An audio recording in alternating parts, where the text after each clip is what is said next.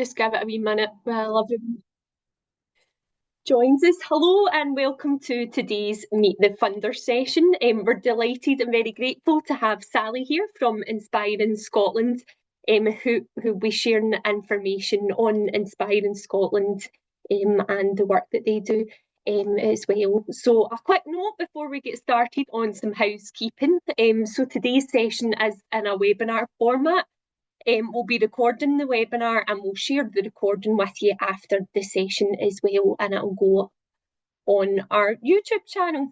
There is a question and answer section, and it's separate from the chat function. It's like a wee Q&A button on Zoom. So if you have any questions, feel free to pop them in there, or we'll also pick them up from the chat. So feel free to pop them in throughout the session and we'll get to them at the end. If someone else has asked a question that you also want to know the answer to, you can upvote the question as well, and that just lets us know the questions that people are most interested in if we don't get to them all as well.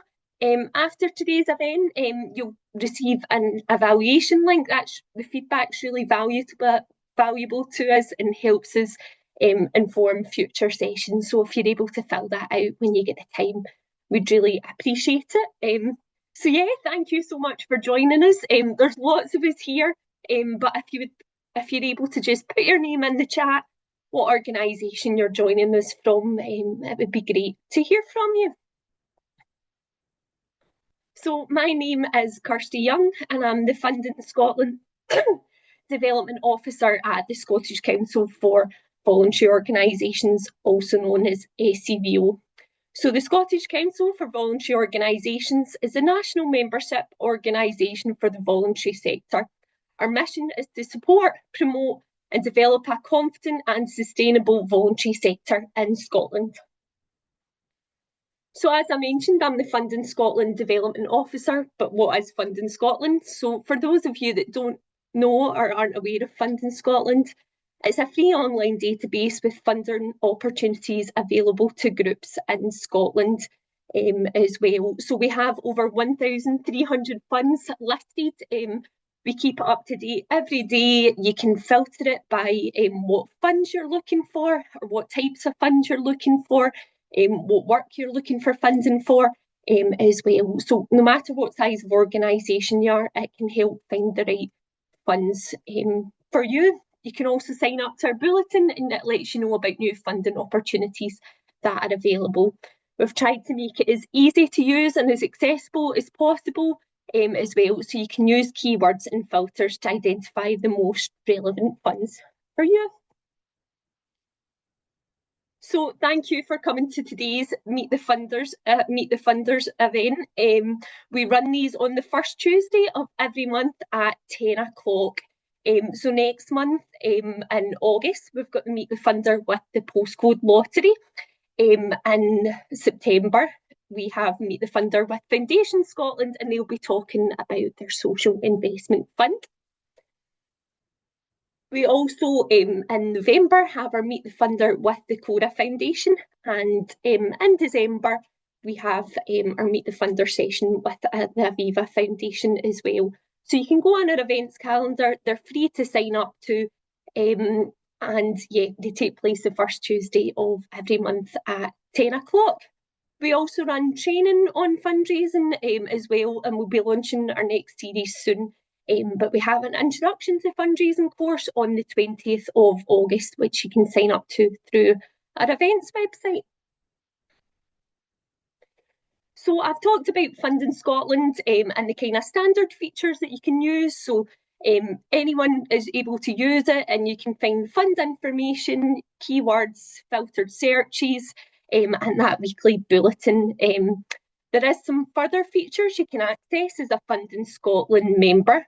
You can save frequent searches, create lists of your favourite funds, so you can also receive personalised email alerts on your saved searches and lists as well. You can also add notes and keep track of your applications, along with some extra information on funds, including award sizes and application success rates, depending on what a funder releases as well. So that's some of the benefits of being an SCVO member for Funding Scotland, but there's a range of benefits to being a member at SCVO out with this as well. So membership is free for organisations with an annual income of under £100,000 on a tiered scale and on a tiered scale thereafter. So you can find out more information on our website at scvo.scot/membership. But yeah, I think that's everything from me. Thank you so much for coming to today's session. And I'll stop sharing my screen and I will pass you over to Sally to talk about the work at Inspiring Scotland. Thank you.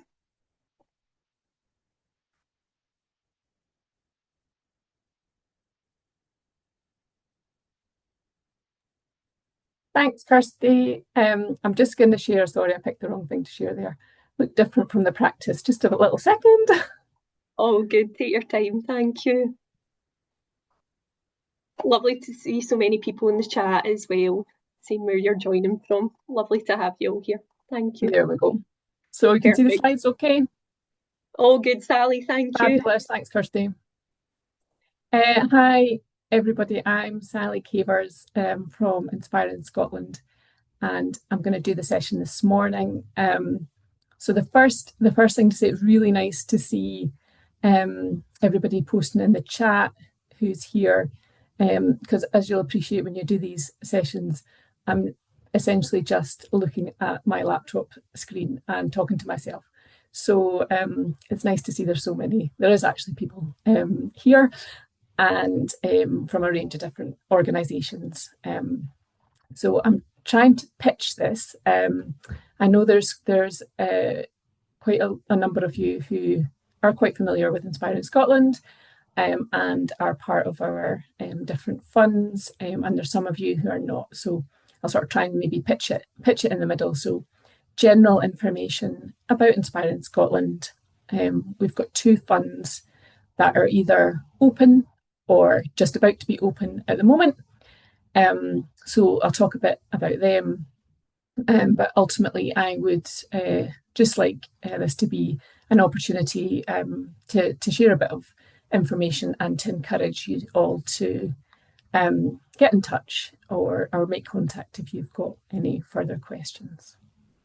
Okay, so I'll just start going through the slides. I've got 29. And I'd expect to be speaking for about half an hour. And then I know there's an opportunity for questions at the end. So I'll just get started now.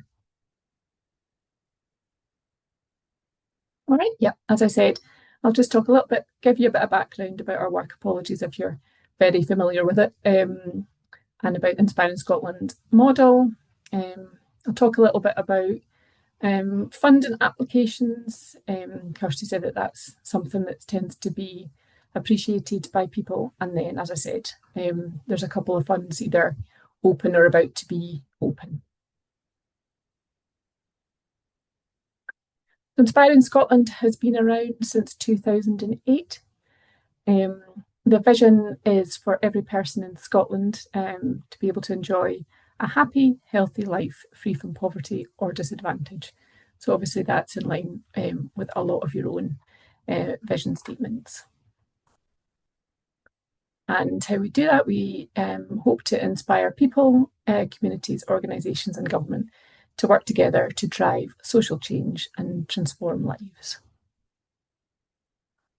And the ambition of Inspiring Scotland is to really shine a light on the incredible effect of the voluntary sector. So we are really aware of all of the work you're all doing across Scotland to support the communities that you work with, and we try and highlight, add weight to seek funding for and promote all of your work as much as possible. We want to amplify and strengthen the impact, your impact, and do that in a range of ways that I'll talk about in a minute. We are impatient to see change and try and make sure that we are bold and determined in the delivery of our programmes. So yeah, there's 4 slides about our values and our approach. So we are bold, so we try and solve problems on a national scale, think about different ways to do that, try to be fearless in pursuit of our aims. We look at problems and try and find solutions to them. Try and make sure that we know what we're talking about. So by building networks and partnerships, including with all of our funded partners, we work with not only voluntary organisations, but we seek funding from philanthropists or private sector. We look for academic partners and look at how we can design innovative and rigorous social solutions. And we try and make sure we embed evaluation in everything that we do and how we share the impact of all of our funded partners. I think compassion is core to Inspiring Scotland's vision and mission. So we work alongside people with lived experience and ensure that we take time to listen, to understand and build relationships.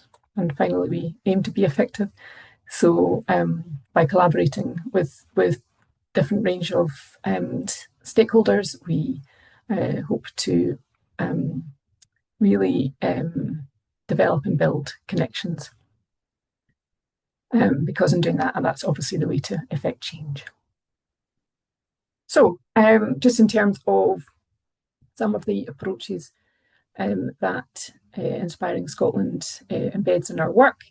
So providing long-term funding is a key ambition. I know how frustrating it is to be funded on a short-term basis, to be funded to do project work. I know that seeking core funding is really important to a lot of organisations. So through various different means, we try and ensure that we are promoting and supporting longer term funding. We've got a specialist volunteer network, so pro bono support that I'll talk about in a bit more detail later.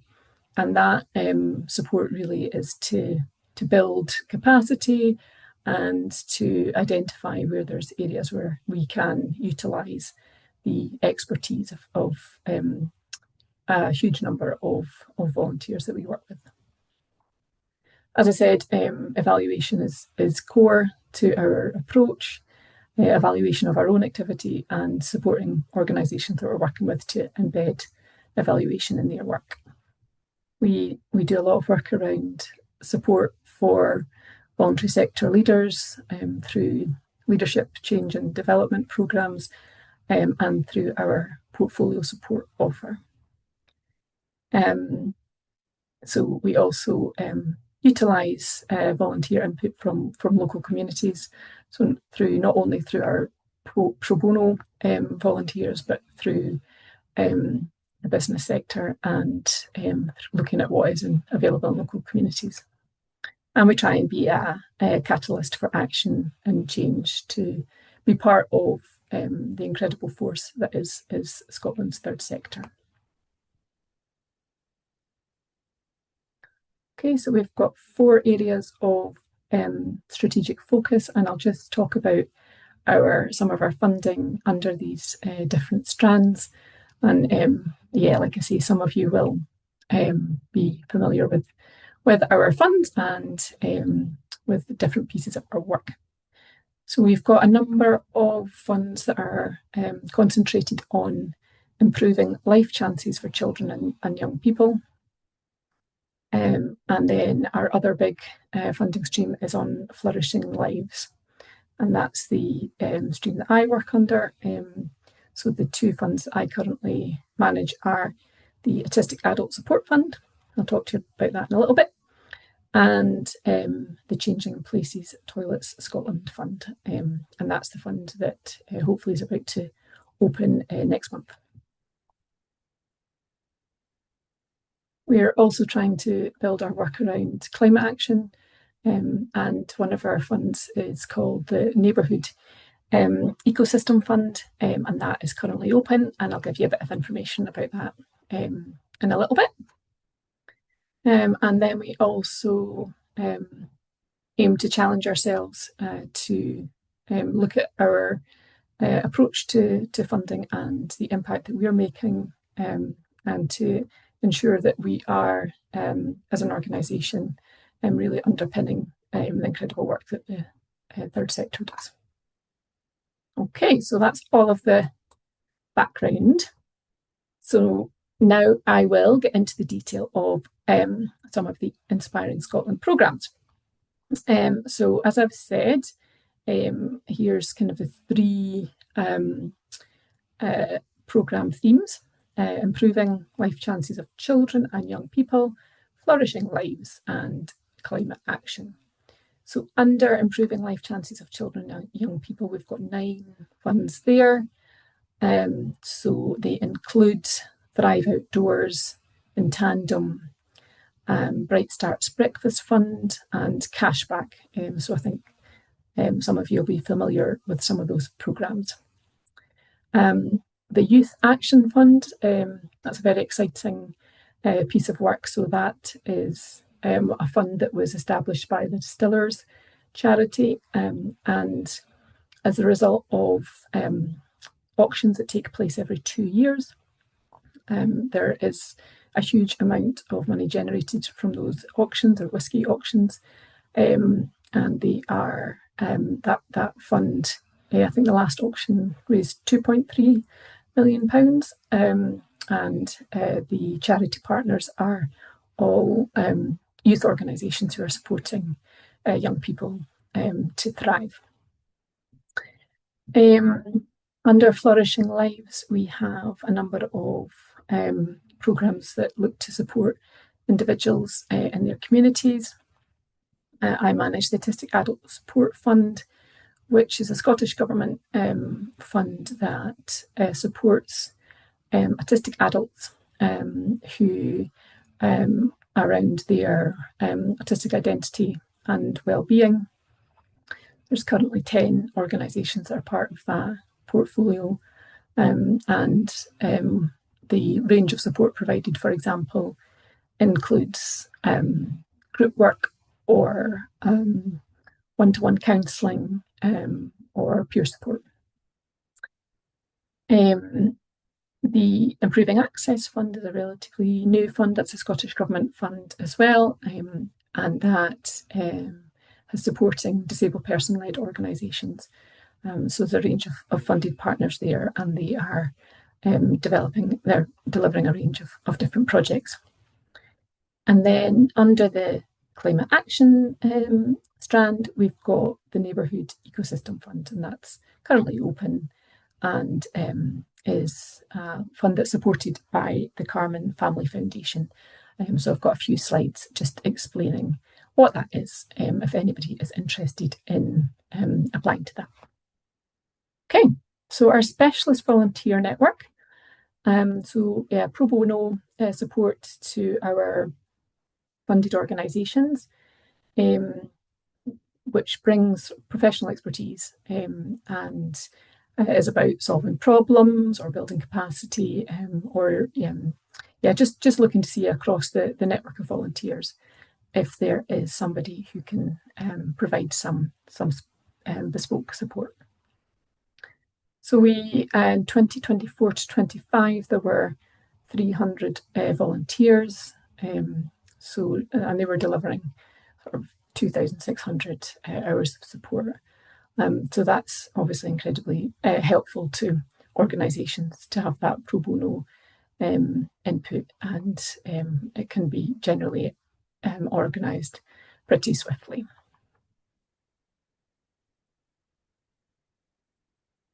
So I've just included, and I know Kirsty and the team will share at the end some contact details, but just in terms of keeping in touch and finding information about new funds or open funds, we've got our social media presence here, but also the website is a great way to stay involved and informed.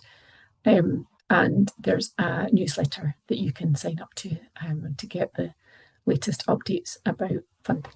from Inspiring Scotland. And then you can see on the website, so there's information about each fund. I've just taken this example. This is Support in the Right Direction. We're very fond of an acronym at Inspiring Scotland, so known as the CERD Fund, and each fund has got their own page on the Inspiring Scotland website, and you'll find just a bit of information about the fund, publications, some key information, but it's also got dates in it, so you'll see the sort of timeline of when funds are if you're interested in that. So that's on the fund page on the Inspiring Scotland website. I'm just going to cover a little bit about applications and about AI and applications, which is something that we've obviously been talking to our funded partners about a lot at the moment.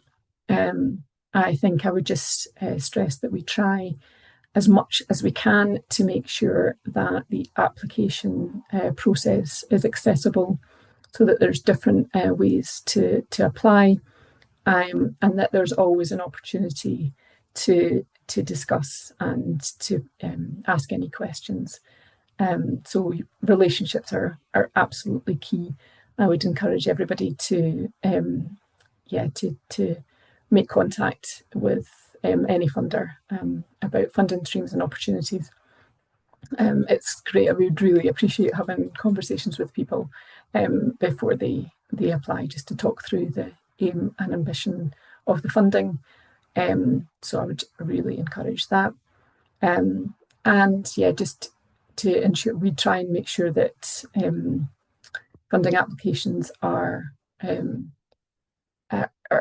get the information that we need in order to determine the funding decisions, but are proportionate to either the size of the fund or, and we're keenly aware of your time. Many of us used to be in the position, still are in the position of applying for funding, so we are keenly aware of time, and yeah, we try and make sure we only ask for the questions that we need to ask, and are clear about the application process.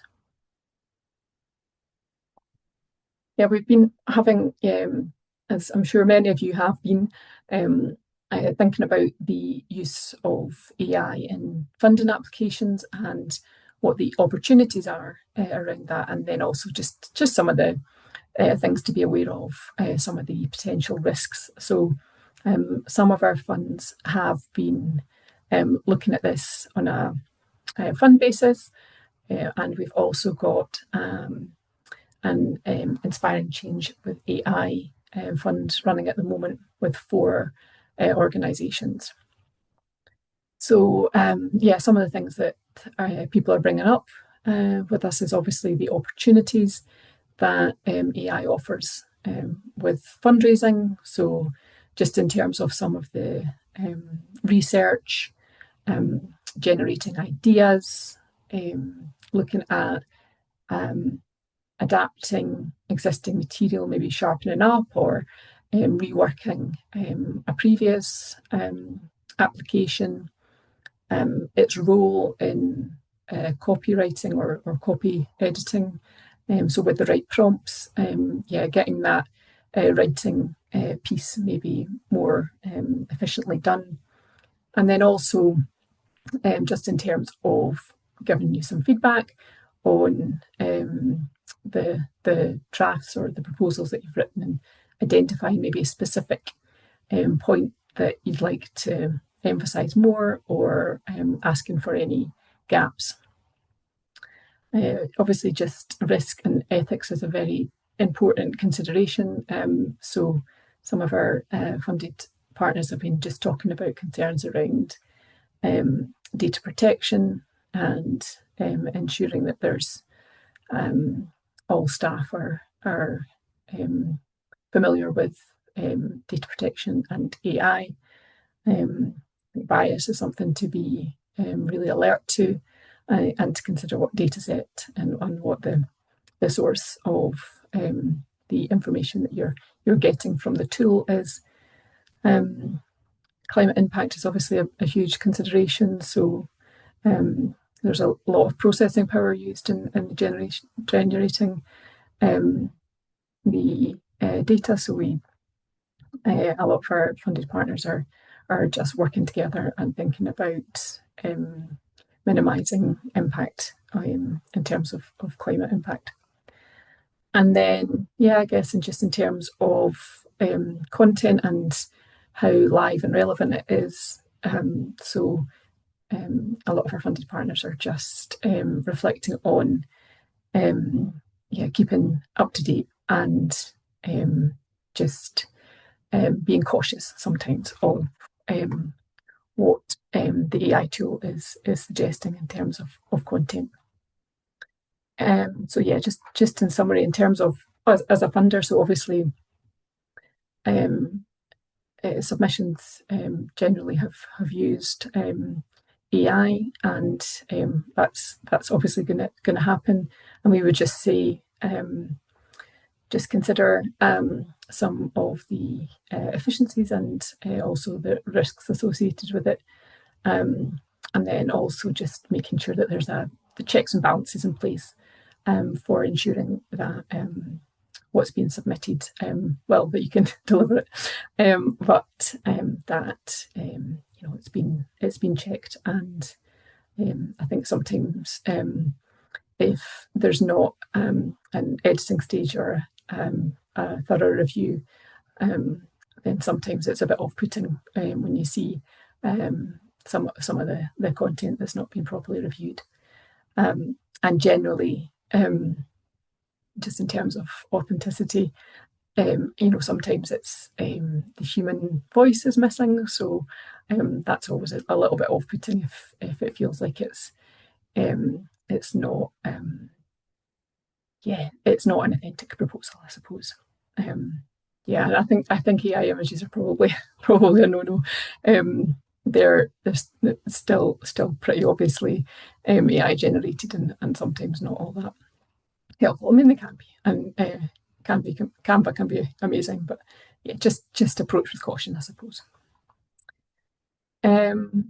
So yeah, now getting into the interesting bit, I think, is the two funds that we have either open or about to be open. And the first one I'm going to talk about is the Changing Places Toilets Scotland Fund, which is an incredibly exciting piece of work to be involved in, because as a result of 20 years of campaigning by many people, including PAMIS, who are working with the Scottish Government, have committed, first of all, £10 million, and earlier this year another £10 million into the creation of Changing Places toilets across Scotland. So if you don't know, in these pictures here, you'll see the most important person is Ewan. So Ewan is someone who uses a Changing Places toilet, and Ewan and his family have described the massive impact that being able to access a toilet that Ewan can use has made to their lives. And so you'll see here in some of these pictures that a Changing Place toilet is a toilet that has specialist equipment, including a hoist, a mobile changing adult size changing bench. It's 12 metres squared, that's the minimum size of the room, and can be used by people who have got requirements. So that might be people with a colostomy bag, people who are wheelchair users, people with dementia who maybe have got a carer, or a family with a child with complex needs, where they need a bit of space to be in the toilet. So you could, because of the space required for a Changing Place toilet, you could, for example, have a parent and one or more children would be able to fit quite happily in a Changing Place toilet. Okay, so Yeah, the obviously accessing a toilet is something many of us take for granted when we're out and about. But when the fund was launched, there were 270 registered changing places toilets across Scotland. So while there's progress that's been made there, it still means that there's large areas of Scotland not covered. So if you were to go out to take part in community activities, to travel somewhere, there was very limited opportunities to be able to access an accessible toilet.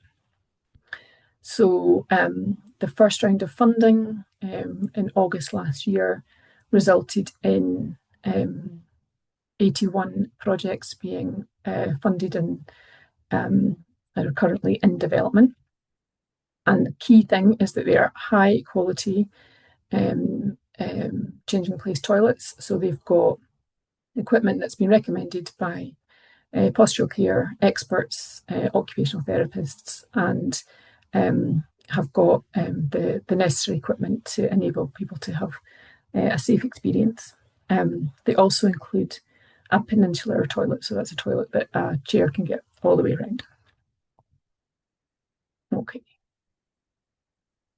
So yeah, so the hope with this fund is that it enables disabled people and their families and carers to take part in leisure, culture, and outdoor activities that maybe weren't available to them previously.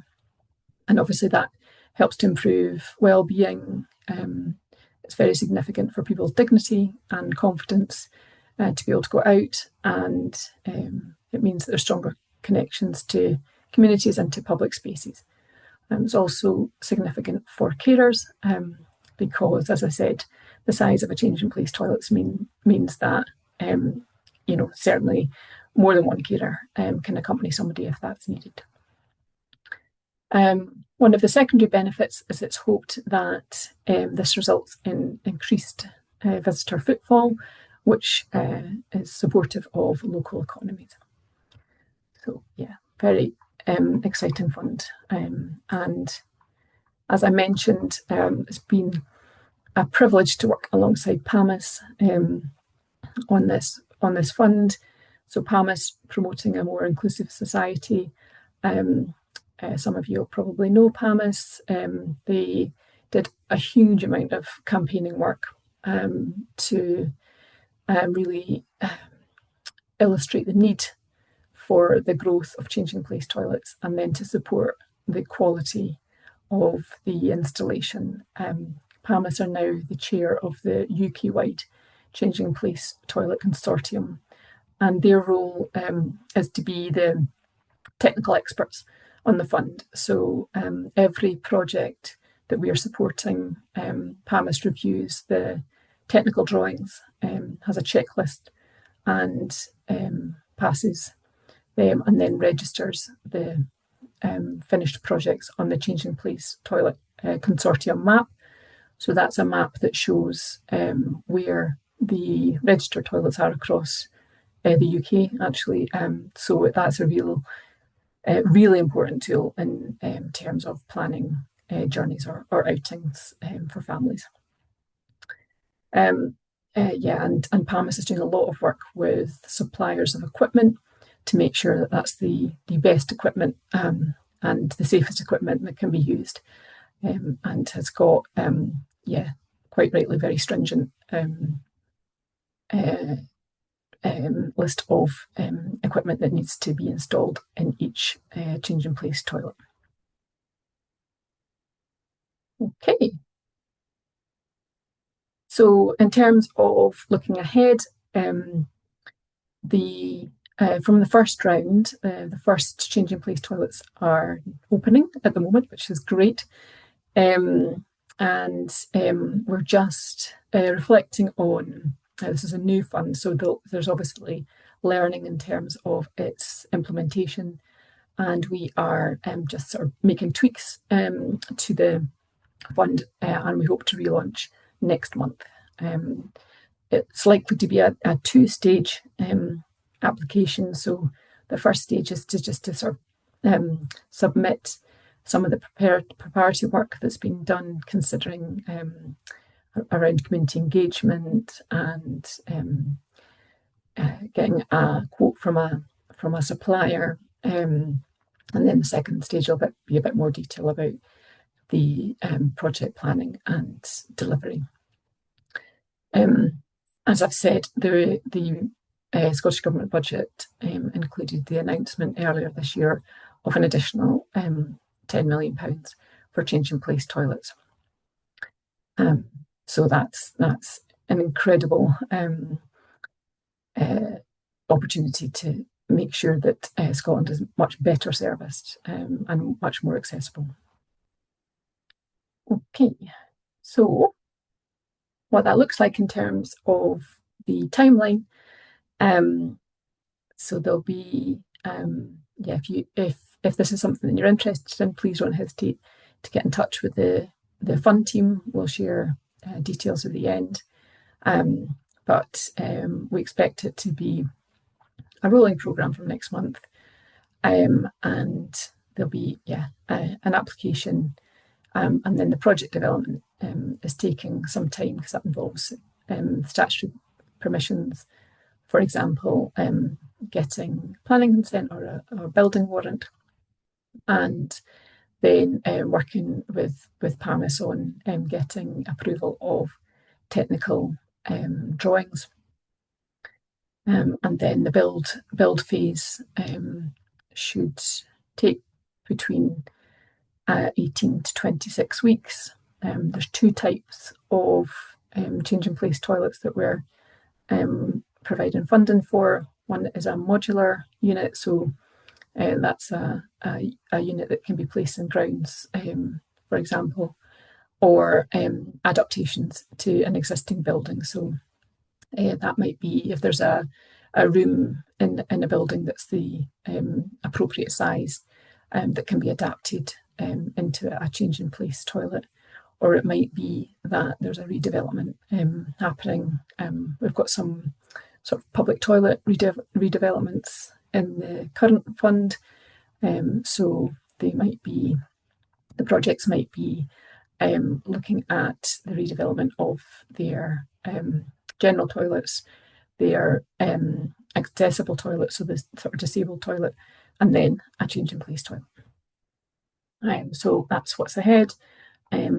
Just really encourage anybody who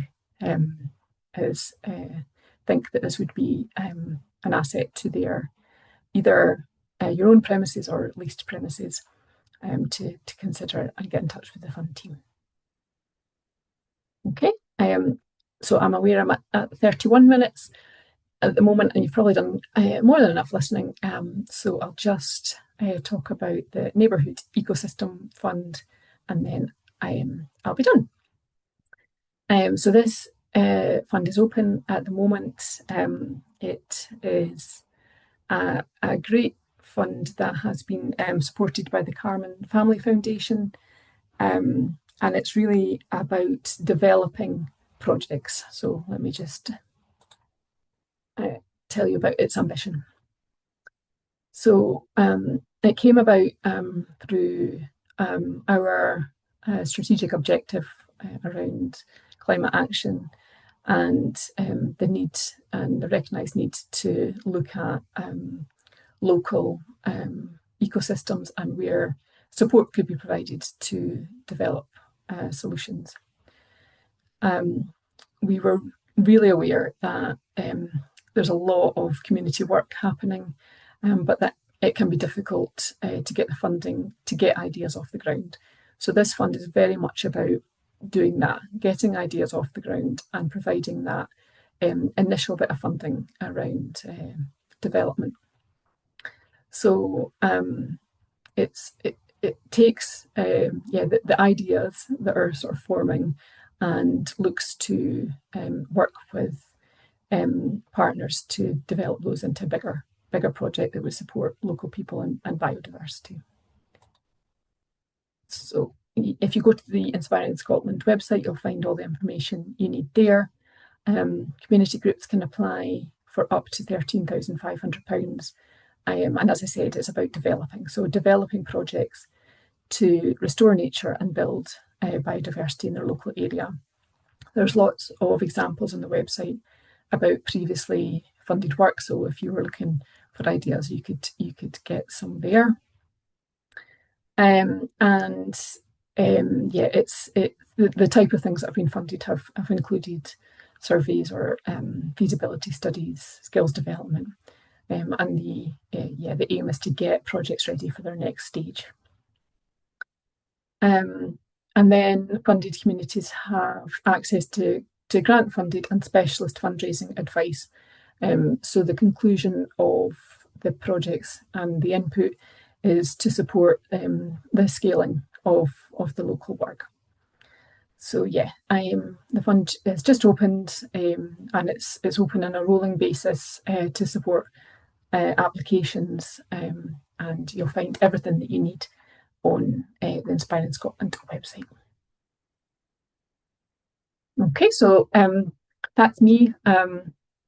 Look forward to taking any questions. But as I said at the start, I would absolutely encourage you to get in touch. There's 20 funds in Inspiring Scotland, but there's also lots of people. So there's 60 of us. So get in touch with any questions. You can email or phone, or there's lots of social media opportunities. And I've included 3 emails here, which is the Changing Place Toilet email. So that's our fund team. Nature is the Neighbourhood Ecosystem Fund. And then inquiries is our general inquiries email. Yeah, but please do get in touch with any questions or anything that you'd like to chat through. Okay, I can see Kirsty's put her camera on again then, so I'll stop my slideshow and see what questions there are. Brilliant. Thanks so much, Sally, for sharing that insight and information on Inspiring Scotland. It was really interesting and useful. We've got quite a lot of questions in the chat, so I'll work my way through them and kind of go with the ones that have been upvoted the most as well. So there's a question around what are the success rates for the applications for your funds? I imagine that'll probably vary, Sally, per fund, but yeah, that's a question that's come through. It does vary. So it depends on the nature of the fund. So, for example, the ones that I'm familiar with, the Changing Place Toilet Scotland Fund was undersubscribed because obviously the specific nature of that fund, it meant that we've still got 2.5 million to distribute out of the 10 million. Whereas the Autistic Adult Support Fund was oversubscribed. About 1 in 8 were successful for that fund. Creative Communities Fund last year, that was also significantly oversubscribed. I think that was about the same level, but it's maybe about 1 in 10 actually were successful for that. So it does vary. The slightly longer. We are the Creative Communities and Autistic Adult Support Fund are slightly longer funds, which is obviously much more attractive to people as well. Thanks, Sally. And that leads on to my next question that's been asked. When will the Creative Communities Fund reopen, please? I don't know. I can certainly find that out for you, but I don't know what the status of that is at the moment. No problem at all. We've got a question around when will the Youth Action Fund reopen and can they apply if it's for an area of their charities work, so they support every age and stage in life, including youth. But I think the question's whether they'd be able to apply if it was just one specific part of their work as well. It sounds, from that information that has been provided, it sounds like you could when potentially next year. But again, what I'd really encourage you to do is go to the Youth Action Fund page on the Inspiring Scotland website and contact the fund team. And it's always great just to do preparatory work around that, just to ask the questions and get a sense of timing and put yourself in the best position for success. Perfect, thank you. Someone's asked, are there any plans to run the Improving Access Fund again? And if so, will it have the same geographical focus? I think at the moment, because it's so new, it will depend on the learning and the what happens over the next 12 months. I don't know about the likelihood of continuation with the Scottish Government funds. We're usually working on campaigning for and ensuring that there is continuity of funding and continuation of funding, but it's never certain. The geographical factor, I don't know, but that will be dependent on the how the funded organisations find the work and the learning from managing the fund. Perfect, thanks Sally. We've got a question. Somebody's asked that they said their charity was waiting for a business bank account for 3.5 years. They didn't have an operational bank account and couldn't apply for grants or funding. This lack of income seems to be holding us back. As potential funders are concerned about it and seem interested in the reason why. Any suggestions on what we would need to do would be welcome. I think, I suppose it depends on what funding you were looking for. I think making contact with the funder and explaining the reason that, I know this is probably quite a frustrating thing to hear, but that relationships is utterly, totally key. And for example, making use of the support that's available across the third sector, from SCVO, from Community Enterprise in Scotland, from the support organisations that exist, looking at if there's any finance input and support that's available to kind of get in a place where you're more likely maybe to be funded, and exploring that with funders, I think is what I would say. But it does depend on what you're looking for. So and certainly when organisations contact us about that, we would get back to them hopefully, and just talk through options and what support's available, because there is a lot of support available to the third sector. Thanks, Sally, that's really helpful. We've got a question. Are there plans for another round of the PIMH fund? There's probably a different way to say that. It's the acronyms, I know. The third sector's full of them. They've also asked if the slides will be shared after this, which I can answer. We will do. We'll share the slides with everyone after the session. Yeah. So PIMH, Perinatal and Infant Mental Health Fund. Hopefully. But again, with any Scottish Government funding streams, I think our role is to make the case for continued funding and demonstrate the impact of the work. But I would certainly hope so. Yes to slides. Thanks, Sally. There's a couple of people interested to know. Sorry, my slides just jumped there. Are there any upper income restrictions on most/any funds? Like an upper income restriction, like a maximum level? Yeah, some. There was for Learning Disability Support Fund. It depends on. So across the 20 funds, there will be some. Sorry, I can't give you the number. But what generally happens in the sort of design of the fund is that the kind of objectives and outcomes for the work are considered with the funder, and then the organisational eligibility is considered, and that's really about where to target the money in line with the ambition of the funding. Perfect. Thanks, Ali. There's a couple of people interested to know, is there a way to filter on the website to see which funds are currently open or will open soon? I'll just jump in as well. So you can't do that with Funding Scotland. We have Inspiring Scotland's funds, but I know you will have your own process as well, Sally, as well. I know. My colleague Shan is here, and I'm wondering if Shan knows. I can indeed. That's fine. Hooray! So, can you see me all right? Mm-hmm. Yeah, perfect. Thank you. So when a fund goes live, we will announce it on our website, which means that a news piece will go under the latest section. On the funds page, which is an overview of all the funds that we have that are active, there will be a tag next to any funds that are open to applications as well.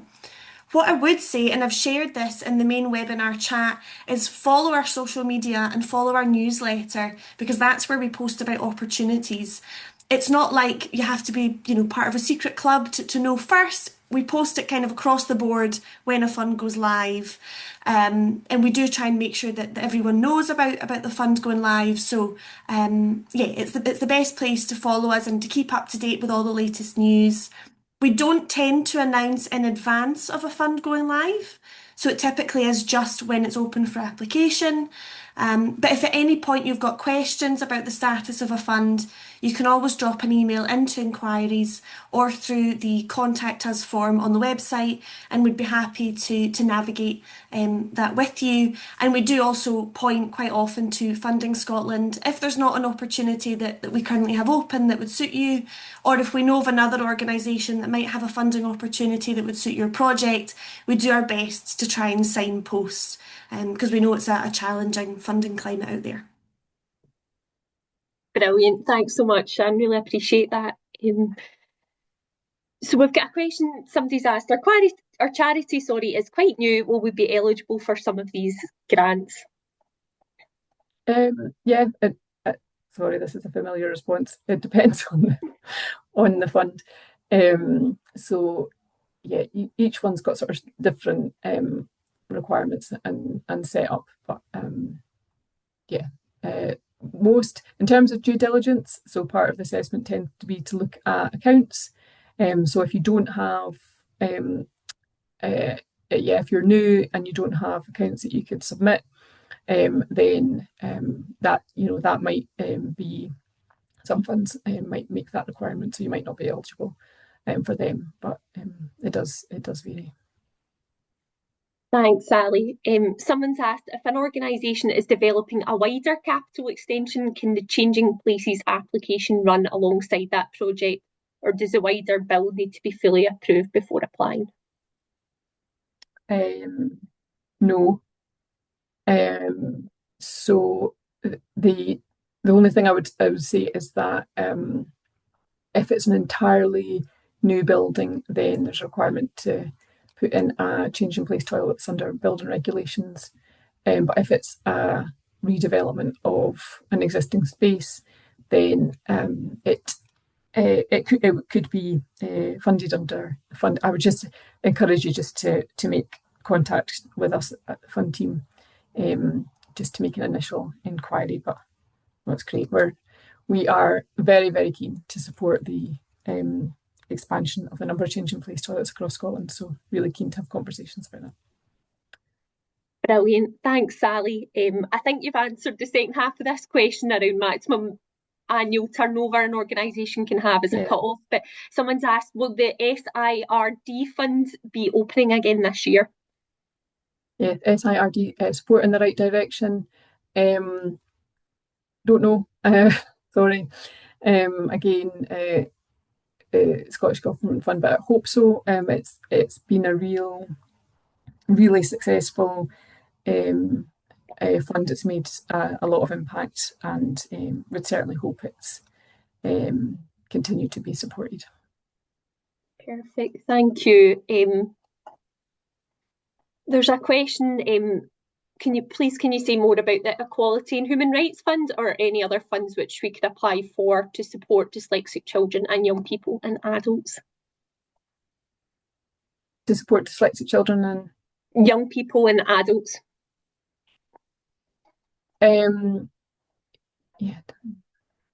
So the Equality and Human Rights Fund is as a large one of our bigger funds in Inspiring Scotland. I think there's quite a range of funded partners across that organisation. Sorry, I've got canine background noise. Yeah, it should stop in a second. Can you hear it? No problem. No bother at all. I'll just read out a comment. Or you okay? Yeah, fine. Yeah, I think I know. The joys of working from home. And it was the doorbell, and I thought, please don't ring, please don't. Anyway, right, I'll just keep talking, and I apologise if there's background. I have got my noise suppression. Yes. So I think that fund, the sorry, I'll just have to give us 1 sec. No problem. I'll read out. We've got a comment through Sally. In the meantime, someone had said it was myself who asked about the upper income. Thank you for answering. We're often in a hard place as we have a high income on paper, but we support 1,000 individuals, so it's all relative. I'm sure others are in the same boat. Often funders don't state an upper income threshold, but then can be rejected. So due to having a previous perceived high income. Thanks for this series and the webinar, and thanks, Sally. So yeah, just pass on quite a few people like that comment, so I thought I'd pass that one in the meantime. No, I absolutely hear you, and I know that is a source of frustration, not representative of of need or of ability to be successful in funding elsewhere. So yeah, it is absolutely a consideration that we make sure that is embedded in our kind of fund design and thinking. So yeah, I hear you. I was totally distracted by my dog with the Equality and Human Rights question. So I think in terms of that fund, I would look at the page on the website. There's a range of projects there that support children, young people, specific learning disabilities, and in terms of when it might be open again. If you look at that Times panel on the fund page, that'll give you a bit of an indication on likelihood of the next phase of any funding. Perfect. I'll just ask one last question. Apologies to the questions we've not got to today, but we'll share the contact information and feel free to get in touch with the team. But there's a couple of people have asked, can I confirm the space for Changing Places Fund? The minimum space needed is 12 metres squared. Are criteria for build available, please? Criteria for fund, yeah. Criteria for build, sorry, they've said, yeah. Yeah, so hopefully we'll have information about the next round on the website shortly, but you can look at the fund page at the moment. It's 12 metres squared is the minimum requirement, but PAMIS, who we're working with, have got loads of information on there. They've got a change in place toilet page, they've got a Scotland information hub, and it's everything that you could ever want to know about a change in place toilet. It's got the room layout, the equipment, suppliers, huge amount of information there. So go there. Brilliant. Thank you so much, Sally and Shan, for your time today. We massively appreciate it, and there's loads of lovely comments in the chat, which is really useful. We'll make sure to send the recordings and also the slides to everyone, and apologies to those who asked questions and we never got to them. Feel free to get in touch, and we'll get with Inspiring Scotland, and hopefully they can answer them directly. So thank you so much. Yeah. Thanks. Bye. Bye.